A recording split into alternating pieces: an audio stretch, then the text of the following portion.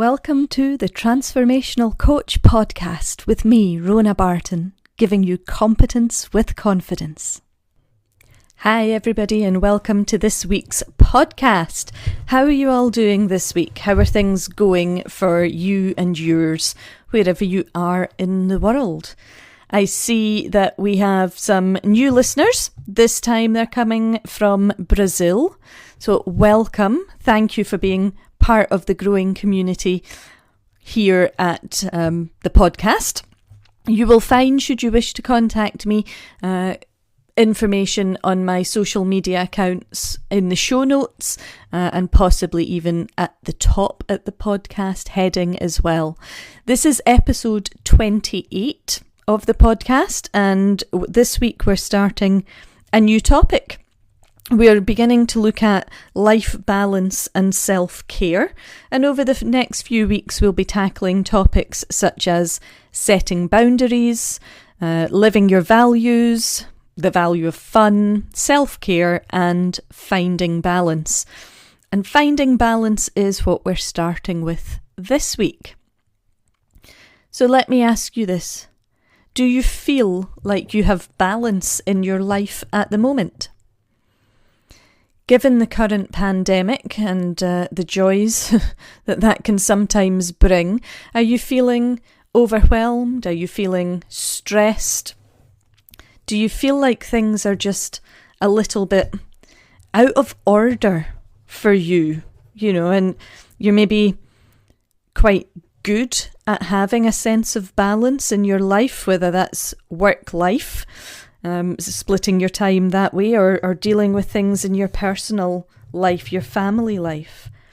Has that changed during the pandemic? I know for me it has. Being home more often than perhaps we're used to. I'm used to working overseas, away from home, as is him indoors. He and I can sometimes be like ships that pass in the night. However, the pandemic has, shall we say, encouraged us to have more time together. And it certainly makes for interesting relationship developments. Also taking time away from my family, my friends, the people I would normally socialise with, has had quite a shift on relationships there as well. Is it the same for you? When I think about finding balance, I'm really having to reevaluate what I thought that meant. I mean, for a while, and certainly when I was younger, I used to think that, having balance in my life meant that I could tackle the things that were important to me in a bit of equal measure, give them some similar time devotions, if you like. However, that doesn't appear to be what's working now. I can't give the same time and devotion to certain aspects of my life because the pandemic and the rules in my local area, as I'm sure it's the same in your areas, don't necessarily allow for that. And in order to maintain that balance, I would have to spend more of my time in an online or virtual environment. And I don't really feel that's where I want to be investing my energy all of the time. It can be quite draining, quite tiring, and I do miss the face-to-face interaction of other humans. So, what about you? What areas of your life do you feel need most balance right now? And how do you know when you're no longer in balance? Is there a sign or signs that tell you you're out of balance? For me, that can sometimes look like a loss of appetite or really a lack of interest in other things. I mean, I'm at the point now where I pretty much avoid watching any of the news that's being broadcast because it's just so draining to hear so much negativity and just downness. So I limit my social media consumption of news to help bring myself and give myself a bit of a break to bring myself back into balance. But what else can you do? I mean, I know people, and I have done it myself before, who turn everything off for the weekend. You know, they disconnect, they unplug, put down their phones, turn off computers. You know, they literally give themselves a bit of a detox of technology, and indulge in enjoying the time they can actually spend interacting with their family, with their friends, you know, with their social bubbles. And I really like that idea. And most of the time it works. You know, I'm not at the end of my phone. I do have times where I leave it behind. I am thinking of one occasion where I had a lovely hour and a bit's cycle, didn't take my phone with me, and came home to find him indoors wondering what had happened because he couldn't get hold of me. So obviously now, if I'm having a no phone day, I make sure that I let somebody know, just so that I'm not causing any worry at that point. But how's your health been generally? You know, if you've been spending more time in front of the computer, you know, in a virtual world, less time actually face to face with people, do you find that has an impact on your health? How is your sleep, for example? I try and make a point of having a cut-off for when I will stop sitting in front of the computer screen, just so that my brain can wind down a little bit, and so I can shut off the internet and technology that has been imposed on me for the day, so that I can actually begin to wind down properly, to have a restful evening, a chilled out evening, and actually get enough sleep. Have you been spending more time alone?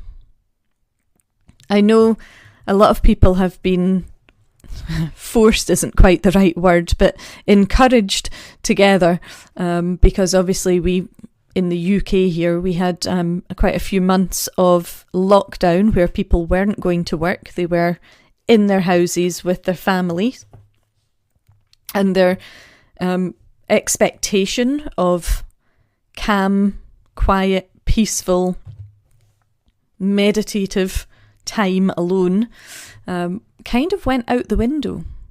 So what are you doing to gain some of that, to claim it back?